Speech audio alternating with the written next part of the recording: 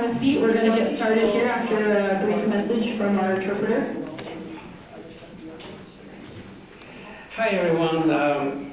Here we are again with, like I said, in that corner I'm offering interpreting services from English into Spanish. I know there's nobody tonight, but tomorrow is going to be the big night, so let's hope that there's going to be a lot of people coming. Thank you. Thank you. Hi, my name is Barbara Bynum, and I currently serve as Mayor Pro Tem for the City of Montrose. I've been on City Council for 2 years, and I want to thank you all for coming out tonight. This comprehensive plan process that the city is undertaking is an invaluable process, and staff has worked very, very hard, but really the input that we get from you is what drives the process.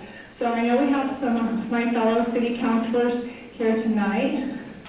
Roy Anderson's here, Doug Glassbell's here, Judy Ann Files is outside. So we're going to be listening to what you guys are saying tonight, and through the comprehensive plan process, we have a committee that's taking all the information at the end and synthesizing it, and really your input is going to drive this process. So thank you so much for coming out tonight. I'd like to introduce our facilitator, Noel Hagan. Lived in Montrose and Gunnison for 30 years and worked throughout the Western Slope as an organizational capacity consultant and meeting facilitator for nonprofits and local governments. She's a graduate of Regis University with a degree in communications. She also serves as a member of the Buell Foundation Board and is a past mayor and city council member for Montrose. She and her husband recently relocated to Fort Collins, but she's back tonight to help us out with this process. So let's give her a warm welcome.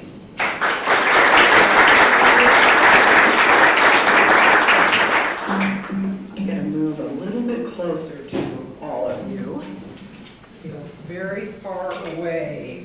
Well, good evening and welcome. And as I heard Barbara speaking, I realized, I'm not sure at this point most of you need another introduction of me, because I'm seeing a lot of familiar faces tonight. Is there anybody here for whom this is their first workshop?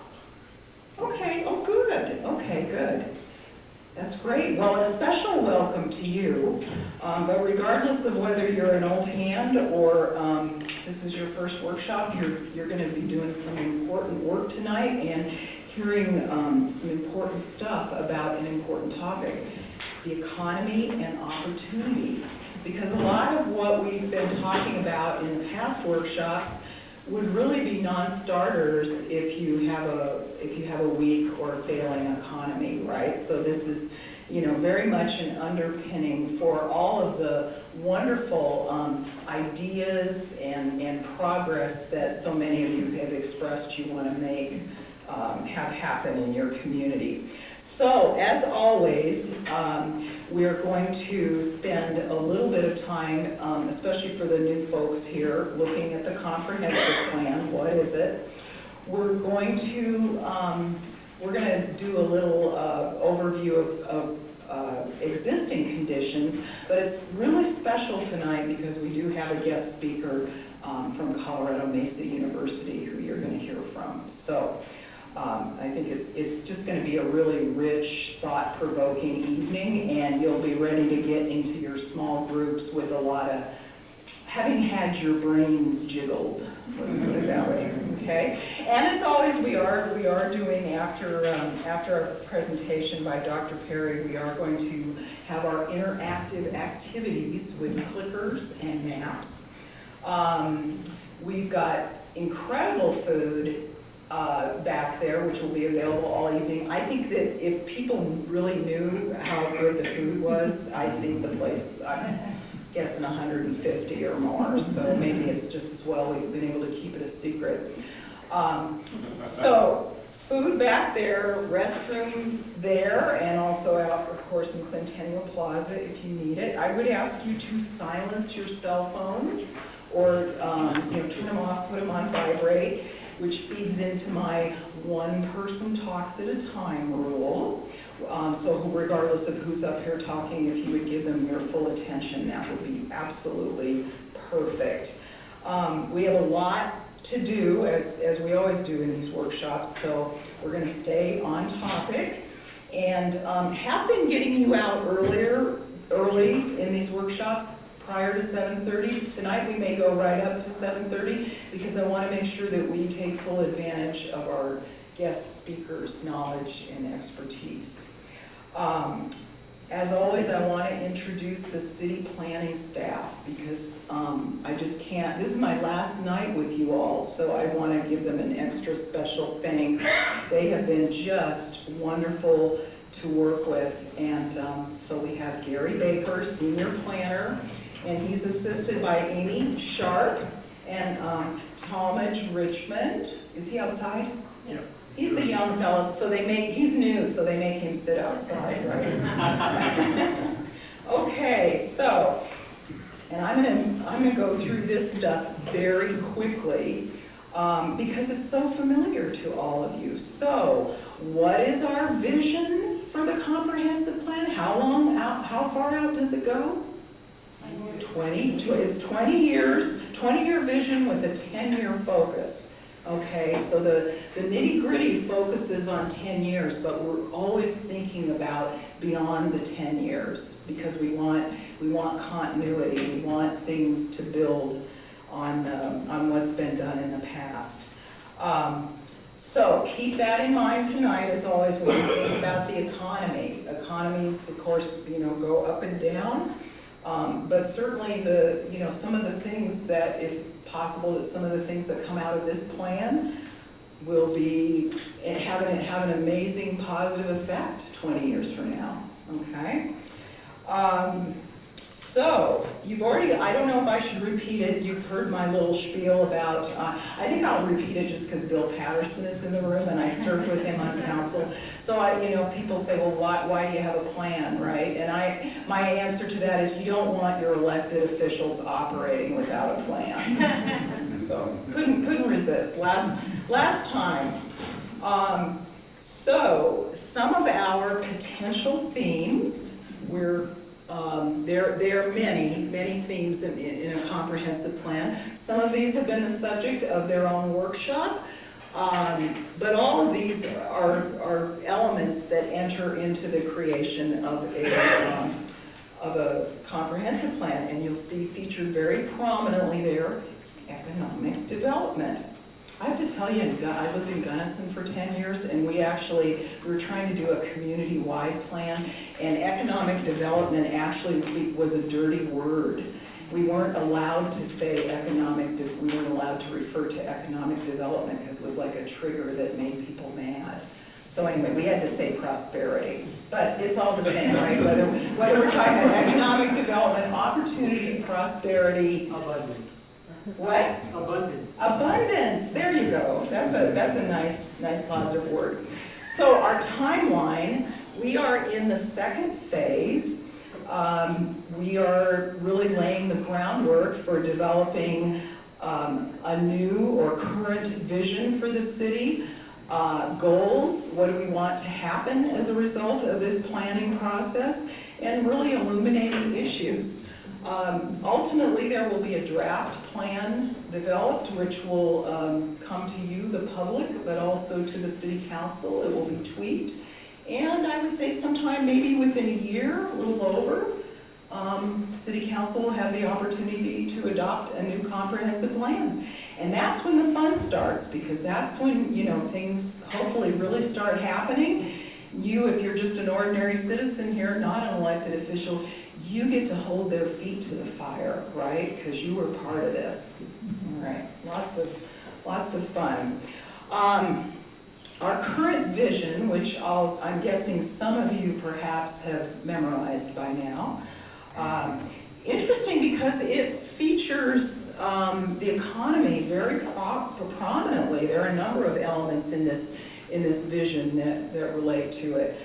We talk about growing smartly and efficiently, providing economic opportunity. We want a strong, balanced economy.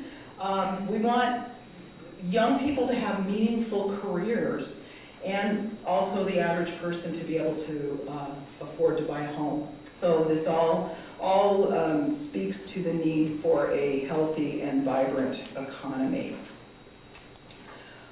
Along with our vision, we have the current guiding principles. These also were developed in 2008. And as I think I said before, these are the guidelines that assist in the development of goals and objectives for the plan. It's a kind of a lens through which our planners will be looking. I direct you to number 2, 3, and 4, all of which I think relate pretty directly to the economy. I think you could say that probably most of these do in one way, shape, or form. So the city, as I said, will be developing new guiding principles. Some may be the same or similar, but everything that's been happening at the kickoff meetings, at these workshops, including tonight's and tomorrow's, it all feeds into the development of a current vision and a current set of guiding principles for Montrose. We had a set of community kickoff meetings, one English, one Spanish, back in early June. And I think a lot of you were at the meeting, but for those who weren't, we had a great pennies in a jar exercise where we put 9 different values, posted them on jars around the room and gave everybody 10 pennies. And they were to put pennies in those jars according to the values that were most important to them. So not surprisingly, I think prosperity and opportunity it was one of the top 2, I think. Yes. Yeah, if not the top, I couldn't quite remember, but anyway, it was right up there. Actually, there was a tie. Between that And safety. Stewardship of natural resources. Okay, so, prosperity and opportunity, obviously, something that's really valued by those of you who are turning out for these meetings. We also, at that meeting, asked people, just in a very general way, in Montrose, what would they like to see different? Either something, change something that existed or maybe build something new. Some of the things relating to tonight's topic that were identified were higher quality jobs, new businesses, manufacturing jobs. People wanted to see economic stability, better working conditions. They wanted to attract young professionals. A lot of concern about that. Can we have an economy where our kids can return back here and have a decent job? Downtown also featured in some of this, and I think it's hard to talk about the economy without talking about the core of your town. People wanted to see vacant buildings, restored or occupied, and really encourage downtown business. And another topic that has come up actually at the kickoff meetings, but also at some of the other workshops, is the need to, or the desire to, expand post-secondary education. So, can CMU be expanded? So, let's talk a little bit about what the city is doing now. And I guess I want to, just like with health and environment that we had last week's workshop, the city, of course, is not solely responsible for the economy of Montrose. It can't be, right? So the topic of economic development is very much one in which there's a need to develop partnerships. There are a lot of entities that are involved in some way, shape, or form in economic development. But one of the things the city is doing is they have DART, and that was a new one to me. We didn't have DART when I left the council in 2008. That is the Development and Revitalization Team, and its focus is really, business health and as well as preserving historic properties. I think their mission is actually a really great one. It's worth reading. Montrose DART supports developing Montrose as an attractive, vibrant place where people converge, businesses thrive, and values rise. That's almost poetic. I really like that. So what has DART been doing? Well, over the past 10 years, the city has invested $1 million into downtown projects, and the estimated impact of that is, anybody want to venture a guess? 22 million in economic growth. So that's a pretty good return on people's tax dollars. The slide, you'll see a couple pictures of projects DART has been involved in. They include the Storm King Distillery, and this is not a picture of this, but they also worked on interior improvements at Backstreet Bagels and the Daily Bread Bakery, and also the Coffee Trader, and I guess the nice little outdoor area there that's a great place for people to hang out, but is still safe. DART had a hand in all of those projects. So tonight's evening is really about asking a lot of questions. Are business incentives and job recruitment important to the city's future? Is this something the city should continue to value and invest in? What are other ways we can strengthen our community's economy? A few facts, and I think Dr. Perry's going to get into a lot of more Montrose-specific stuff, but here are just a few things. In the past 13 years, there have been 1,118 new jobs created. That's a very specific number, so it must be accurate, right? So that means that jobs have increased by 12%.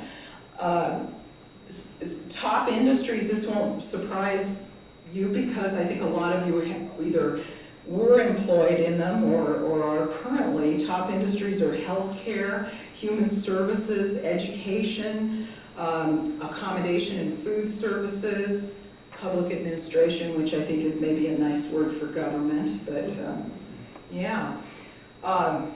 Something really interesting is that Montrose is actually, you may not think of it, but it's actually a regional job hub. In 2015, slightly less than 40% of residents both lived and worked in Montrose.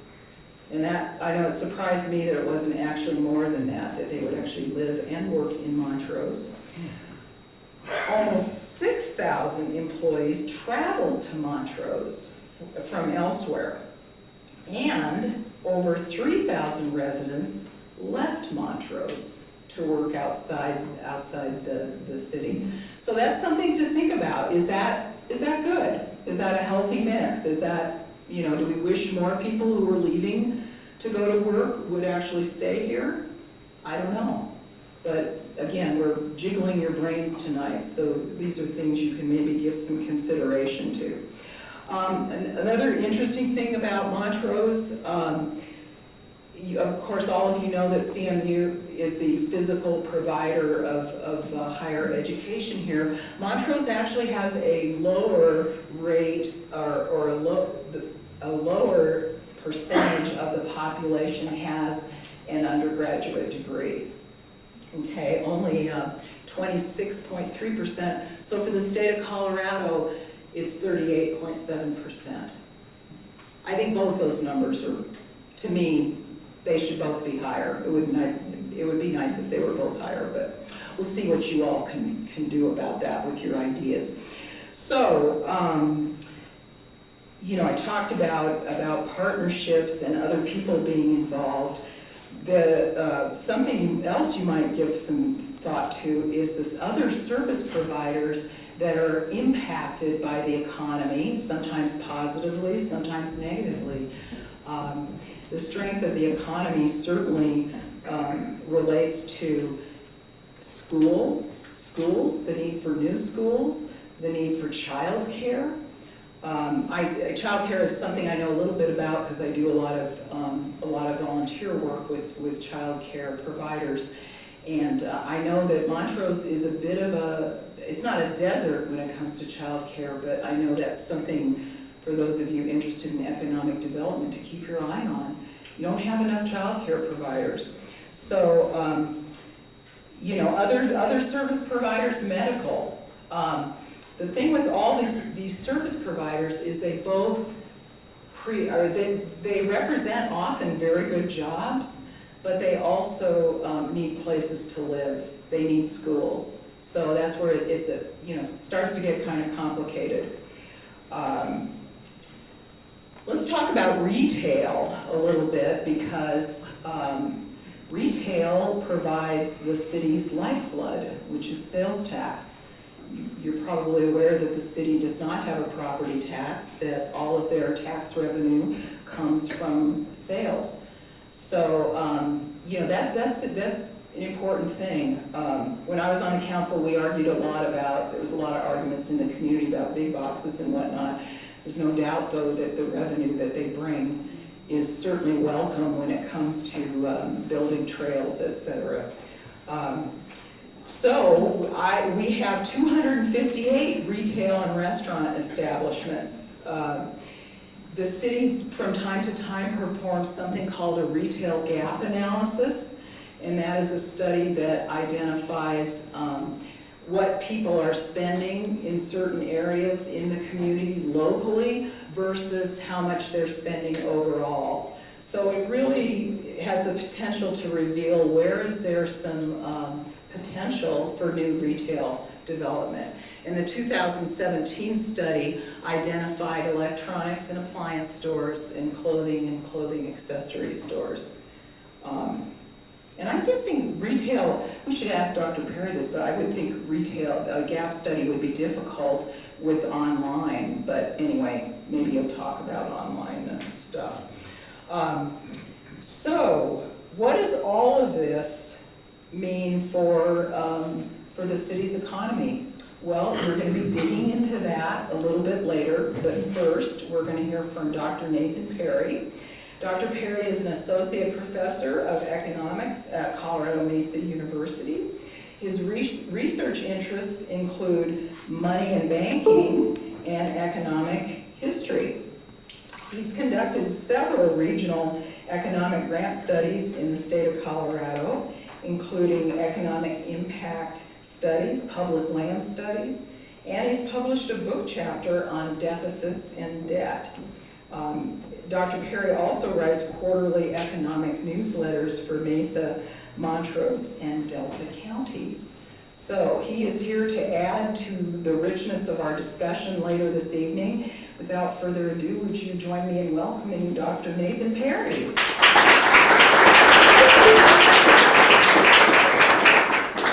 Hi everyone, thanks for having me. Hopefully I've been out in Montrose a couple times presenting, so hopefully you're not sick of my presentations yet. I don't have any new jokes or anything like that, so, but I'm happy to be here. I track the Montrose economy quarterly. I track local labor markets, I track real estate, I track energy, and I track the national economy. And so it's a quarterly newsletter. It's free to anybody who subscribes. CMU pays me to write it. You can go to Colorado Mesa University's website and just key in economic newsletter and then subscribe to the Montrose, Mesa, or Delta newsletters. So Montrose is kind of interesting because I've been to a lot of these types of forums, and I know that a lot of people move to Montrose or lived in Montrose their whole life, and they're not super excited about the prospect of growth. And on that note, I have bad news for you. In economics, there's kind of two fields in macroeconomics. There's short run, which is the business cycle, okay, and then there's the long run, which is growth. And growth is driven by a lot of things, but primarily it's driven by population growth. And there are some pretty steep population growth estimates for Montrose that I want to get into. And then I'll also talk about the short run, or where we're at in the business cycle, both locally, and then I'll talk a little bit about where we're at in the business cycle nationally, and then see what else I can touch on. So there's three main points that I'd like you to get out of this presentation. The first is that the Montrose economy, the short-run business cycle fluctuations, Montrose is performing very well. Your last recent monthly unemployment number was 2.7%. The average is about 2.93% for the last quarter. I'm in the middle of putting together my current newsletter for quarter 2 data, and everything's looking, really how it did in the summer of 2008, which is very strong. So the story, of course, in the Western Slope is that we had this big bubble in 2008, and Delta and Mesa, and I bring in the other counties because it's really an interconnected area. But Delta and Mesa had what I call a double bubble. We had a real estate bubble and an energy bubble. In coal in Delta and oil and gas in Mesa. And then Montrose was really just a real estate bubble, but had some of the tertiary negative effects of the downturn in Delta and Mesa. And so you saw a huge downswing in employment in really all of the Western Slope, and you also saw population stagnate.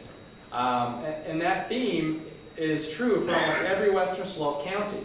So I've kind of coined that the lost years, and it goes back to Latin America's lost years. They had bad policy in the 80s, and so economists deemed them the lost years. You know, in the Western Slope from 2010 to 2016, we really had the lost years where employment did not grow, income didn't grow, nothing grew. Then suddenly, in late 2016, early 2017, depending on the county, Montrose was a little bit earlier than other counties, the economy started to pick up, and you guys have probably felt it since early 2017. And so the news has been all good since 2017, and now at the summer of 2019, we see, honestly, employment's looking better and better every time I look at it. So I'll have a couple graphs to show you about that.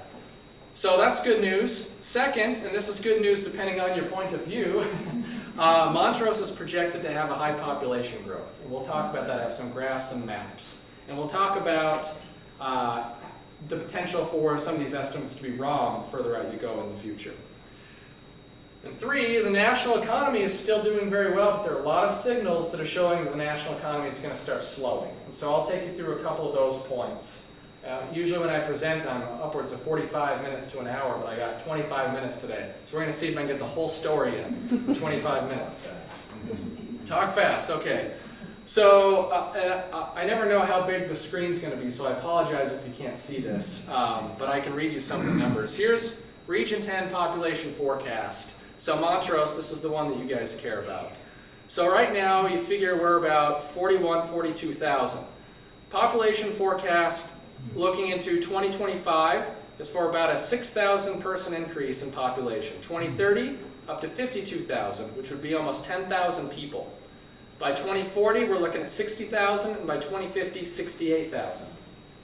That's an enormous amount of growth for a county this size, and the State Demography Office, who I get these projections from, I'm capable of doing these projections myself, and I'm going to take a stab at it one of these days, but I kind of like it that the State Demography Office, you know, they're the ones I can blame if it's wrong. But I've talked through with the State Demography Office, and they have, you know, they have sound methodology with how they estimate this. So, but we're looking at a lot of population growth. So why? Where's this population growth coming from? Well, we're going to look at heat maps because heat maps are neat. So total population change. This doesn't tell the whole story, so let me kind of lead up to it. 2017 to 2030. Blue means you're going to have negative population. I don't know if you can see this legend here, but that's negative population growth. Red is positive population growth, and then yellow is moderate population growth. You can see that Mesa is a little bit dark yellow. So this is total population. But see, that's not quite the way to look at it because the Front Range counties are always going to have more total population growth, right? So Montrose is still going to have a small total population growth compared to, say, Denver, but you're going to feel it in a percentage change. And so what we really want to look at is the percentage change in population from 2017 to 2030. So now the heat map picks up for the Western Slope. You see this? It went from kind of being, oh, that doesn't look like very much growth, but now when you look at it in terms of percentage change, now you can see that the Western Slope looks orange. Specifically, Montrose and San Miguel, and the Telluride area is what's driving this, of course, are considered to be hot growth areas. So this part, because of water rights and an assortment of other areas and wind and Kansas-like living conditions, no offense to anybody from Kansas, it's my nightmare though. We see negative population growth. Front Range is expected to grow. Montrose is orange. and Mesa's orange. Delta's yellow, and I'll talk about that a little bit in a second. I'm not convinced Delta's going to miss out on this boat. I've spoken with the State Demography Office on this. You know, they're going with what the current trends are, you forecast them into the future. But then sometimes when you get too full, if Montrose isn't the hot spot for retirees or for young professionals or anybody who's trying to get away from Denver, that could change in 5 or 10 years. And then who's smaller? Where can I go that's still got that rural feel? Oh, well, Delta's really close. I'm convinced Delta's going to get orange at some point on this, but let's talk through why it's orange. So population change is births minus deaths plus migration. That's the formula. So you can see births minus deaths is actually really bad for Montrose. There's not a lot of births here. And so you might think, well, I already told you the formula, but you might think, how are we going to see orange population growth? Well, that's because, and I should say really quickly, Mesa is yellow, so they have positive population growth. Delta and Montrose are expected to have negative population growth when we're looking at births minus deaths. This is a big deal not just in these counties, but in nations, okay? I'm listening to this awesome book. Does anybody have Audible?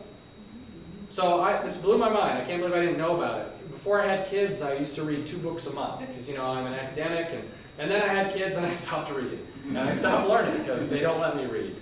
And then I discovered Audible. I can listen to books. It's been glorious. And I'm listening to this book right now called Human Tide.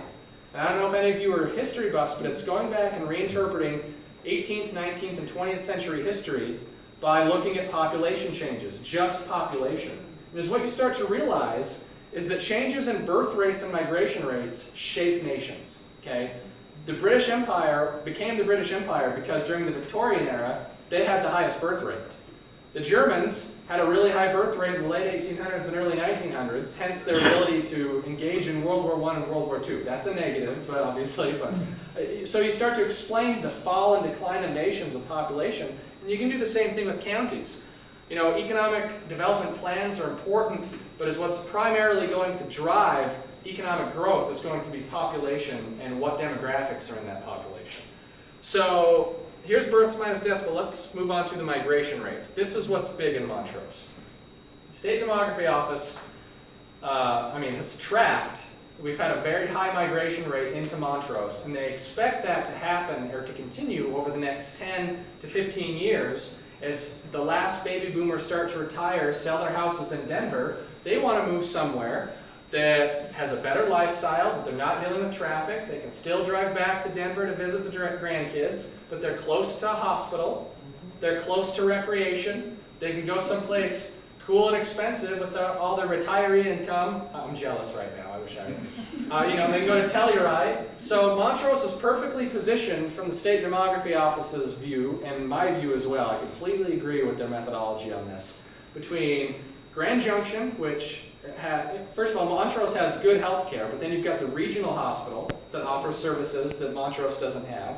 You've got proximity to Telluride, which a lot of other places don't have, and you're still close to Denver, and you're on a main road. So you've got a lot of things, and you've got 4 good, solid seasons. It's not too hot, it's not too cold.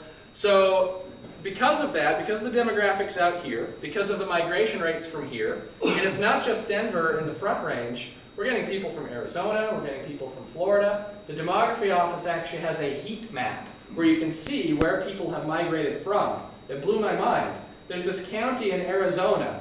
People love to move to the Western Slope from this county. I forget what the county's called, but all of the counties it's just an exodus from this Arizona county. But anyways, it's expected to have Montrose is expected to grow because of migration. Because people are sick of expensive cities. I'm from Salt Lake City. I go back and visit once a month. My parents let them see their grandkids. And traffic, it's like 45 minutes just to go down the road. And it's in the middle of the day now. When I lived there 10 years ago, it was rush hour in the evening or in the morning, and now it's all day. And it's the same way in parts of Denver, too. So people like me, retirees, are trying to find places that have access to outdoor recreation, all these different amenities, and that's where you get this migration rate from.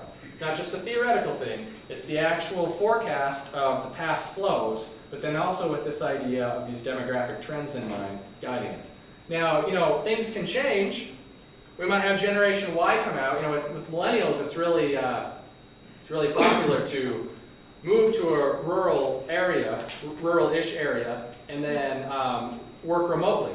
That's a big thing fueling Western slope economies right now, and I have really bad data on it.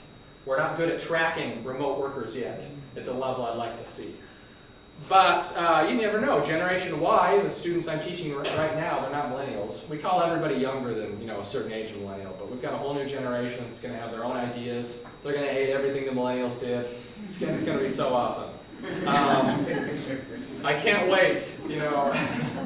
But all I hear from the millennials is how crappy the baby boomers were, and I'm just, oh, you just give it time. You just wait a second. These younger kids just hate everything you guys did. But anyways, and so you never know. There might be a cultural trend by which this new generation says, you know what, we don't want to leave Denver. We're willing to live in apartments because we're not going to have kids. You know, millennials are leaving cities because they can't afford to have families, and so they're moving to places like Junction and Montrose. But you know, we might have a cultural shift, and that could throw off the long-run estimates. But I'd say the 5- and 10-year estimates are going to be pretty solid from the State Demography Office. The longer it goes out, the less accurate it has the potential to be. So, but anyways, I would expect some growth. That's the moral of that story. Okay, any questions on growth, population growth? The State Demography Office writes entire reports on this. So if you're horrified at what you just saw, you can go and get all the details from the State Demography Office. So moving on to the short run. I've already explained that Montrose is doing great, and so I wanted to show some graphs because I'm an economist and I love graphs. So a previous slide showed that Montrose has gained 1,300 jobs or so, and I don't remember the exact time, but it depends when you measure it. And you can see here at the peak in 2009, we're at about 20,000 in terms of employment. Montrose in 2017 surpassed that. Mesa County has not yet surpassed their 2008 peak, and Delta has not yet surpassed their 2008 peak. Only Montrose has, because Montrose didn't have the double bubble. See, Mesa, it's honestly going to take several more years to get back up to 81 or 82,000 employment. And they're, you know, Mesa County is doing exceptionally well also. But they've, you know, we lost 13,000 people in a natural gas exodus. So Montrose didn't quite have, you had peripheral employment from that industry. People commuted in, but you didn't lose 13,000 oil and gas workers. So, but here's the lost years. Here's the downswing from the real estate bubble. Here's, you know, people, especially young people, left a lot of rural regions post-recession because the economies were bad. And so when you look at the demographics behind population changes in Montrose, is what you see is young people just leave. From 2008 to 2014, there's this exodus of young people. How many of you noticed that living here? No, oh, not up. Okay, I thought more people would raise their hand. That's what the data shows. So we have the lost years, and then around 2016, you can see the lost years kind of end. Things start to pick up. The slope of this line changes, right? Flat, flat, flat, and then it picks up. In Mesa County, the first mover was the increase in natural gas prices. There's no first mover as far as I can see in Montrose. It just seems to have naturally picked up. A diverse group of industries started growing. In Mesa, I can point to oil and gas, and then, you know, this domino chain of events. But anyways, and so we're seeing a spike the last 2 years in employment that's different than previous trends. And so Montrose is pushing 22,000, 23,000 in terms of employment. And you figure just 4 years ago, there were about 17,000, 18,000. That's almost 25% in terms of workforce over 5 years. That's crazy. So, you know, 5,000 people in Denver, that's just, you know, that's nothing. But in Montrose, it's huge. That made some of you sad. So Montrose, that means nothing to you. That is quarterly census of employment and wages. This is industry data. It captures about 75–80% of employment data at the industry level. So it's not perfect. It omits sole proprietors. It omits a lot of agriculture. It misses out on some remote workers, but it gets a good picture of what's going on with industry trends. I know it's kind of small. I can never fit this on any graph, but let me just give you the trend. So the biggest change, I do this year over year. So we've seen about a $6 million increase in total wages since last year. Let's see, how did I sort it? I sorted it by total wages. So healthcare and social assistance is the biggest industry by wage. Retail trade is the second. By the way, healthcare is the biggest almost everywhere. And that's going to get bigger as the population ages. Public administration, which would be government jobs, is third. You got construction, which I have a graph, has been booming the last couple of years here. Then you have manufacturing, and then it kind of drops off. I mean, these are all important, but the numbers get a lot smaller.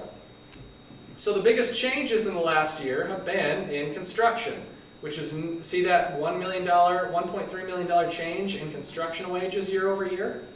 That is no surprise to me. As soon as I pulled that up, I already knew what the story was, because we are at the peak of the business cycle, and construction always tops out at the peak of the business cycle. This is when builders build, when everybody has money and the real estate market's tight, and Mesa County has a ton of new inventory coming up in terms of real estate. I haven't got to Montrose's new building permits. That's on my to-do list this weekend. I usually do Mesa first, Montrose, and then Delta when I do these newsletters. But I'm expecting building permits to increase from 2018, which it seems like they were pretty low for how tight real estate was. But I don't know until I see the data. Anyways, so some industries have lost, professional technical services. I don't know what caused that. I have a question. Yeah. Hi. What's confidential about educational services? So, quarterly census of employment and wages, when they collect data, this is collected through unemployment insurance. So when a company provides unemployment insurance data on their workers, that's where they get all this data. They have to keep it confidential. So that means if there's only one school system that hires teachers, they can't reveal the numbers, because then people will know exactly what it was. Or if there's one company that fits in this category, then they can't reveal it. The smaller the county, the bigger a problem that is. I actually intended to delete that. I never get educational or management of companies for Montrose because the district's too small. That's what it is, though. It's these guys, government keeping their data private, even though I know for a fact I could get that data from them, with an attorney. I don't know. I don't make the rules. All I know is I can't get the data. So anyways, so positive changes. We've seen retail trade pick up, which is also really common at the top of the business cycle. Accommodation and food services also pick up. Biggest employment changes have been in retail trade and construction. Seen some losses in wholesale trade. I haven't dug in to see what's causing that, but I'll talk about that in my next newsletter. So this is a graph from a couple newsletters ago, but the trend is exactly the same.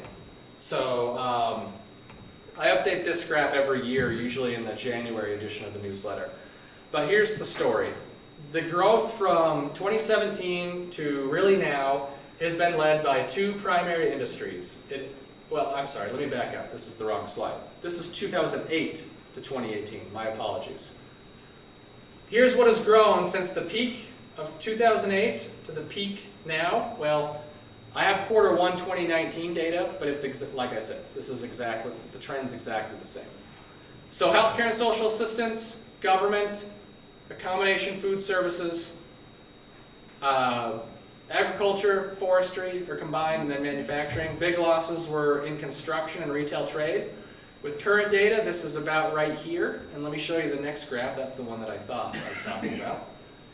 From the bottom of from the end of the lost years, when we had no growth, to really recovery, 2018, what industries are leading recovery? And this story is exactly the same. The only difference is this has gotten bigger, okay? Construction just keeps stretching out as this business cycle goes. Construction has been the biggest contributor in terms of wage gains from 2016 to now. And that's just economic activity picking up. That's commercial construction, that's residential construction, that's home remodels, that's all types of construction. I can actually break this down by type if anybody really wants to see it. Healthcare and social assistance has been the other big leader, and manufacturing, and you've got all these other industries. But that's the story, healthcare and construction. And so here's what I'm trying to explain to people, the danger of the business cycle. Healthcare, by the way, the last 2 quarters has not increased, it's just kind of gone flat. But you can see that from 2009 to 2019, and then from the end of the lost years to now, we saw an upward increase.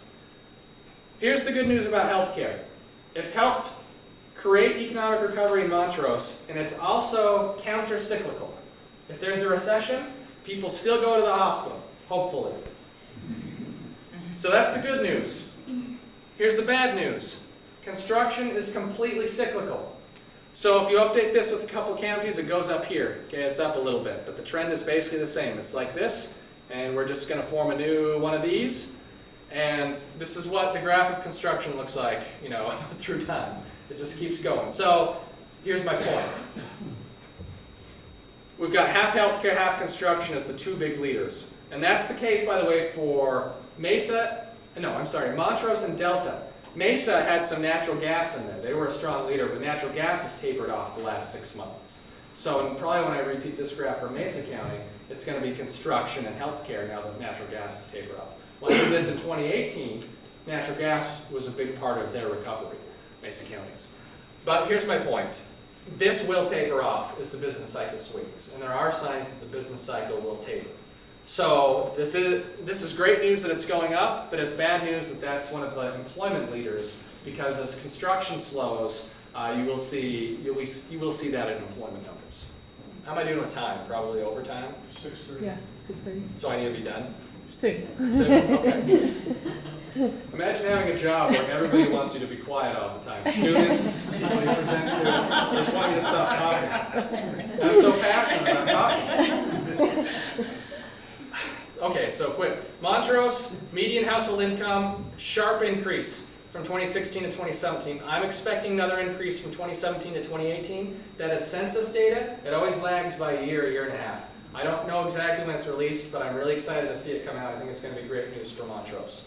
And you can see that Montrose is lagging a little bit behind some of these counties, but still ahead of Delta. Montrose employment's taking off like an airplane. A big part of Montrose's economic development.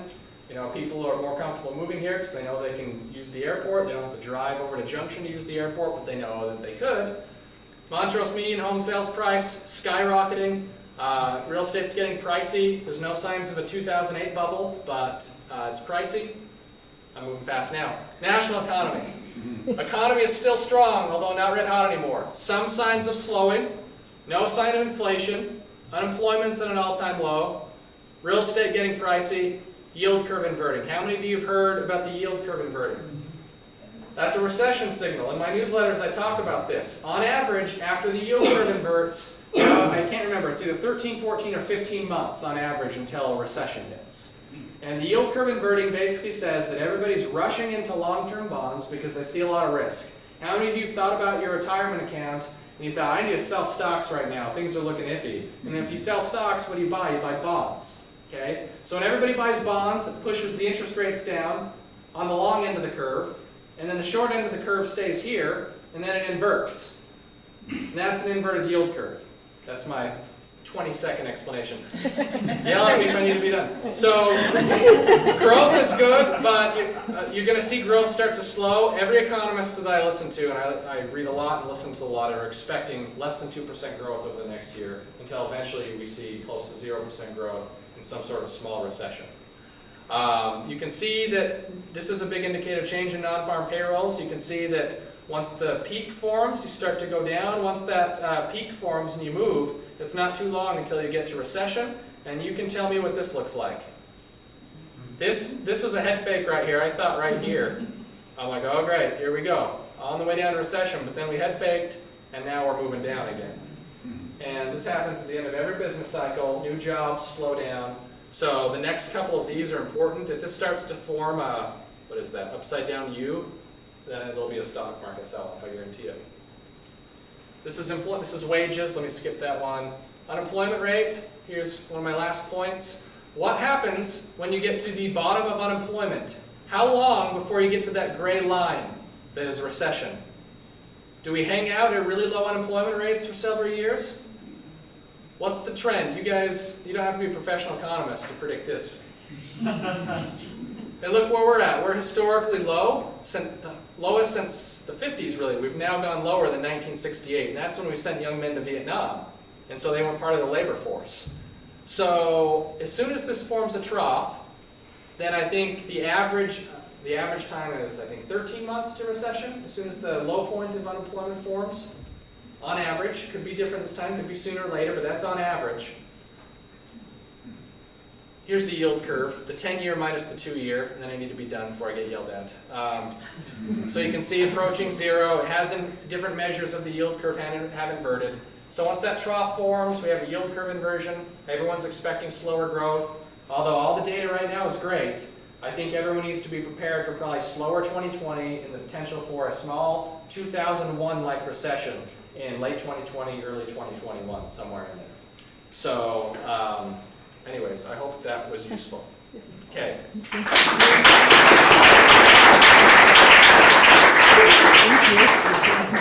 Despite the pressure that we put on Dr. Perry, I actually think we could afford a few minutes for just a couple of questions, if there are any. Any questions? Yes. Yeah, you mentioned the airport, which is a big factor, I think, in our economic growth. What about broadband? That enables these individuals who, no Remote matter where workers. they live. Yeah, I think it's huge. I just don't have a graph for it, you know. So it doesn't come out in my presentations.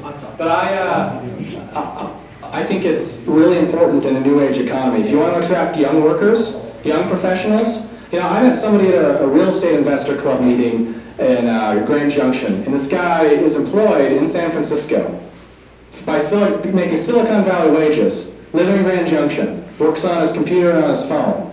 And he thought, yeah, well, you know, I grew up here, and then I moved out there, and I thought, oh, I should move back. It's way cheaper. And he's just dumping that money into Grand Junction. And that, to me, is going to be a saving grace of rural economies. You know, I used to work at American Express before graduate school, and my mom still works there. She works in risk management, and she can work remotely half the week. They don't even care. When we go in to visit, she's like, oh, yeah, I'll just work from home. This is, you know, the workforce has completely changed. Everything's mobile, everything's, so to answer your question, I think is vitally important if you're trying to attract that particular demographic of worker.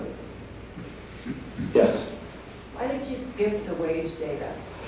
Because I didn't want to get yelled at for time. So here's what the wage data shows. Give us Wages have not gone up in this expansion the way they have in previous expansions. And economists are perplexed. I'm not perplexed. I know exactly what's keeping wages down. A, we're competing with much more labor-replacing technology than we were in the past. B, we live in a world that is completely globalized, and as soon as you start making too much money, your job gets outsourced to somebody else. And it's very easy to figure that out. I don't know why, you know, but so, and in fact, I'm published in that area. That's one of my claims to fame in academia, is that exact, you know, hypothesis with fancy data. But anyways, so import prices, you know, are still low. Wages are still low, and so there's no threat of inflation right now. We're concerned on the import price side because of the China trade war, and we're also concerned because the dollar is increasing in value for a variety of reasons, which is hurting U.S. exports. Everyone thinks it's the Chinese trade war, which is hurting exports, but the real thing hurting exports right now is the rise in the dollar, and that's brought on because U.S. interest rates are higher than other countries.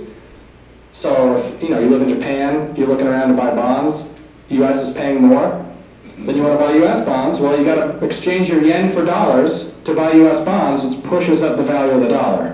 Does that make sense? So, yeah, I didn't skip it because I wasn't interested. I'm very interested.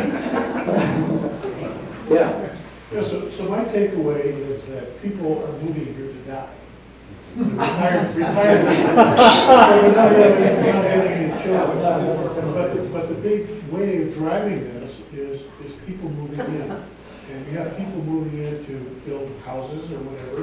But the driver is the retiree coming in. And then one of the things that we do to drive that wave is do more to promote people moving in here from a retirement basis. Sure. You know, there's actually data on the demographics of the people migrating here. I just didn't have that in the presentation. But if you go to the state demography office, you can find that information. Maybe I'll put it in the next Montrose newsletter if people are interested. And so you can see what percentage is retirees. You can see the age breakdown, basically. So, yeah. That'd be really interesting. Yeah. Anything else? Okay, thanks, you guys.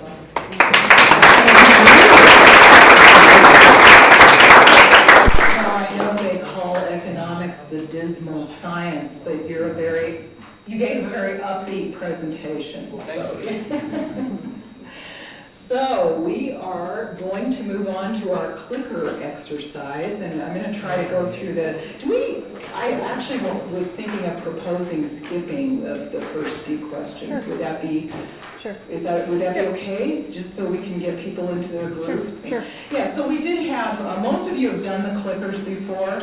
We did have a few kind of, easy questions relating to age and how long you've lived in Montrose, things like that. But we're going to skip those and get right into the economy-related questions. You all have clickers on your tables. Do all of you have them in your hot little hands? Okay, good. Almost everyone, except for those who haven't been here before, know that you just click on the corresponding answer, so A, B, C, D, E in this case. Your answer will flash briefly on your screen.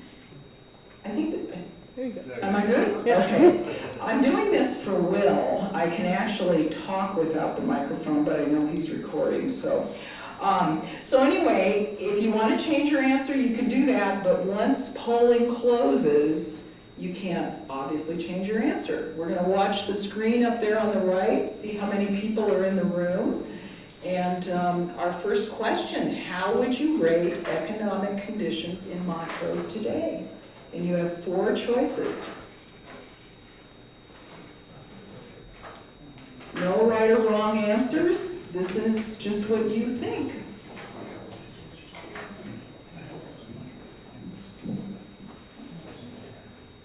Okay, we're up to what, 28? Yep. We have more than 28 people in here tonight?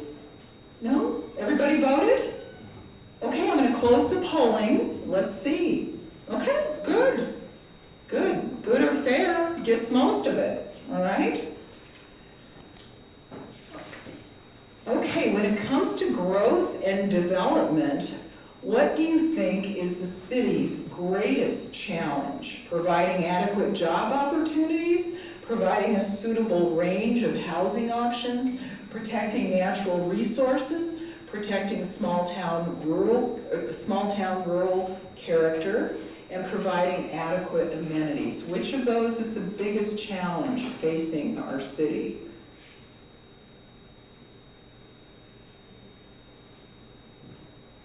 '28 is our benchmark. Let's see if we pick up with, oh, see, I knew it. We picked up another one. Okay, everybody voted? Let's close the polling. Providing a suitable range of housing options, along with providing adequate job opportunities and protecting the small-town rural character of our community.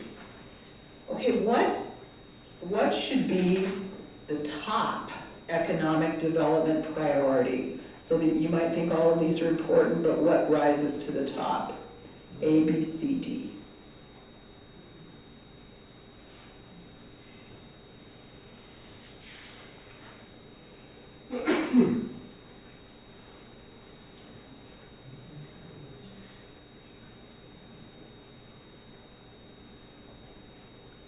Okay, we close the polling.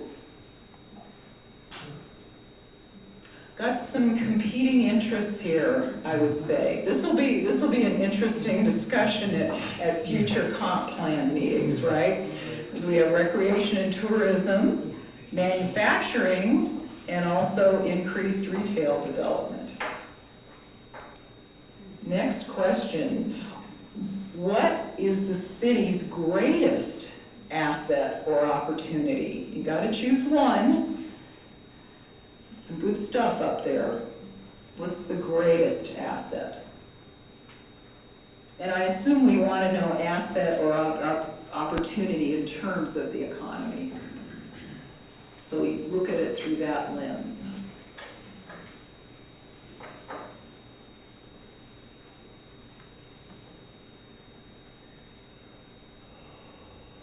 This must be a tough one. Bingo. Has everybody clicked that wants to click? Okay, we're going to close the polling. recreational opportunities. Pretty clear. All right. What capital improvements should the city prioritize to enhance or improve the economy and local opportunities? And there's your menu, A through G. What should be the priority? Presumably you want some amount of all of these, but what's the top?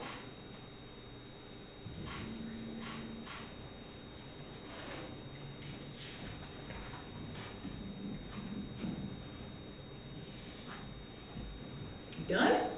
Okay, let's close the polling. Oh, interesting. I don't think we've had a tie before, an actual tie. So road improvements and downtown development. Okay. So we're going to ask the city staff to collect the clickers.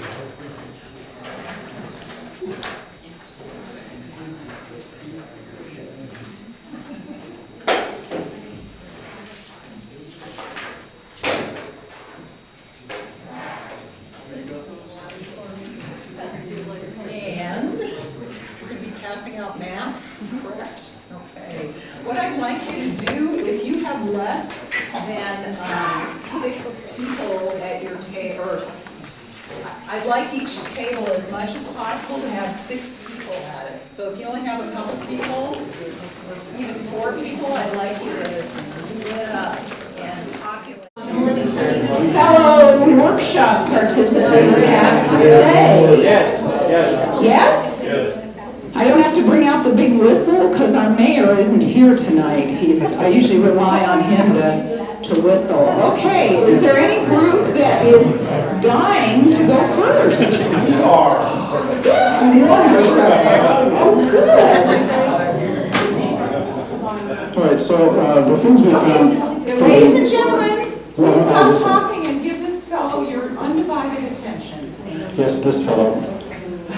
So the thing we obviously put as first is right now the amphitheater coming in and the water park as one of the blue, because that's going to be one of those great economic drivers. We're going to fill hotel rooms, we're going to fill seats in restaurants, we're going to rent cars, we're going to fill or get the grocery stores working, and so we put that as one of our blues. The orange, affordable housing. We think that's one of the greatest opportunities Montrose has right now is to get affordable housing, because you can bring in the most motivated workforce on the planet, and if you can't get them a house, they're not going to come here. And for the yellow, for the changes, is to work on getting economic development in the north corridor out by the airport, rather than just solely focusing on economic opportunities for businesses in the south area. Excellent. Thank you. Who else? Okay, I'll just go around the room. Who's the spokesperson? Okay. So oh shoot, you want me to do this? We're filming it, so I think it might be helpful if you speak into the So our strength that we said was the hospital. Our opportunity has to do with increasing the availability of fiber within the 3-mile growth area. I think that's what that is. And our change is to, through subsidies or whatever, but to offer more after-school programs for children that are affordable and accessible. If the parents are at work, the kiddos need something. Okay, who's the spokesperson? We as a group came up with, can you guys hear me? No. Sounds like No, it we went can off. hear you, but nothing. It's on, I mean, the green is on, but. Seems like it's kind of coming in and out, Coming in and and have to out. talk loud. I can read that. Okay. Okay, we as a group came with strengths, location, airport, and tourism. Those 3 items. We felt that those were our strengths. For changes, we feel that education and vocational training are extremely important for this group. Under opportunities, we came up with repurposing vacant, abandoned buildings, encouraging new businesses to look at these. Okay, great. Thank you. Looks like it's still going. Okay, how about this group? Who's the spokesperson? Oh, is this one of those groups where we can't decide, and no one really wants to do it, Karen? Clarity, so, oh, no, that's Yeah, not it's not working. working, so just project. I think a couple of strengths were CMU, the airport and hospital, there's actually 3. Grow, or a change, we talked about internet in a couple of places, like folks said, expanding broadband access. And then opportunities, I'm going to share 2. One is definitely strengthening the downtown, diversity of businesses down there, including restaurants, but I will add to that the increasing agricultural tourism, something that has worked for other communities and it feels like it's missing. Okay, great, thank you. Last but not least. There you go. Okay, so for strength, we have Baldur's Park or River Bottom Park. We just feel like what Dave Franklin mentioned, just driving tourism to that place and being a great tourism destination. Change, we feel like stabilizing downtown businesses, just with the empty storefronts and the coming and going of businesses, just changing how we approach retainership and having storefronts that are occupied. And then opportunity. Who's been to, what's that place? Royal Gorge. Who's been there before? Okay, when you go there, where do you go? You see that bridge, the suspension bridge, it's scary, right?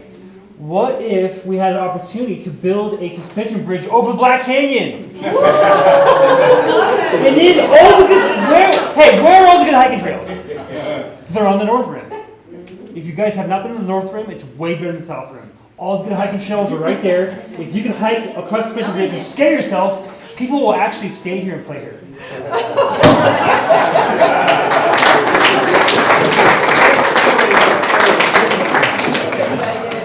Okay, be careful with the maps. Zip line. No, bungee jump, they would never allow it. So as most of you know, we're going to take your maps with the sticky notes. My partner here, Amy, is going to put them on the city's interactive map. Show them the interactive map. It's such a cool thing, even though a lot of you have seen it before. Are you getting, do you feel like you're getting some additional comments on We have, yes. Okay, great.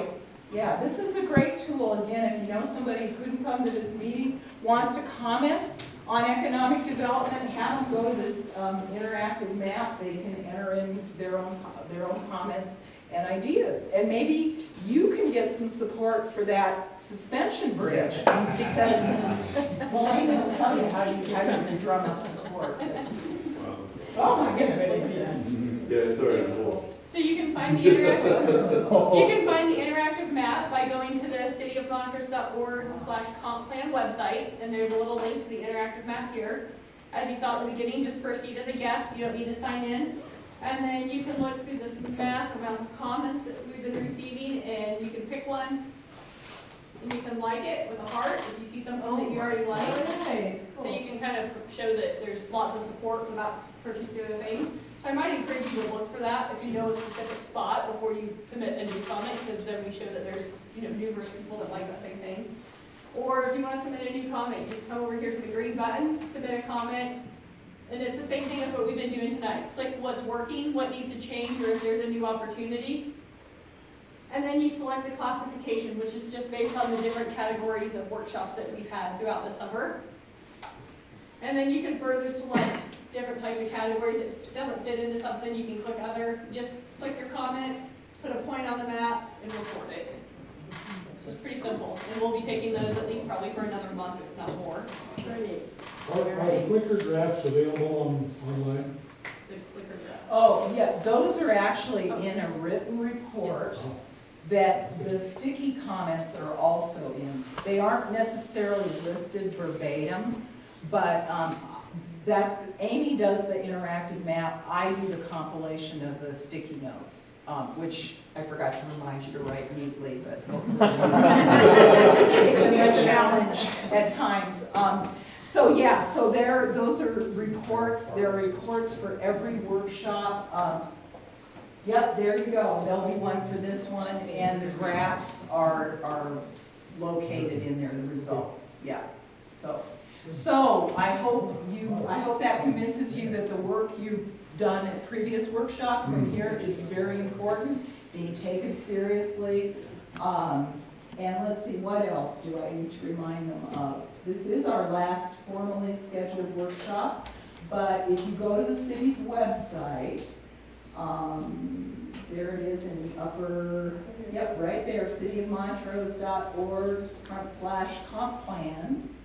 You can find out everything that's going on with the comp plan and get updates, and what a great tool. So ever since I forgot the spokesperson and all that, I've lost my confidence about my memory. This is my last evening with you, and I just want to tell you that I've just enjoyed being here so much, and it's a wonderful community full of people who want to make it better. It's, I moved here in 1990, and it was that way then, and now I'm going to start getting on my emotional soapbox that I keep going, so I'm going to be quiet. But thank you so much. You are all wonderful.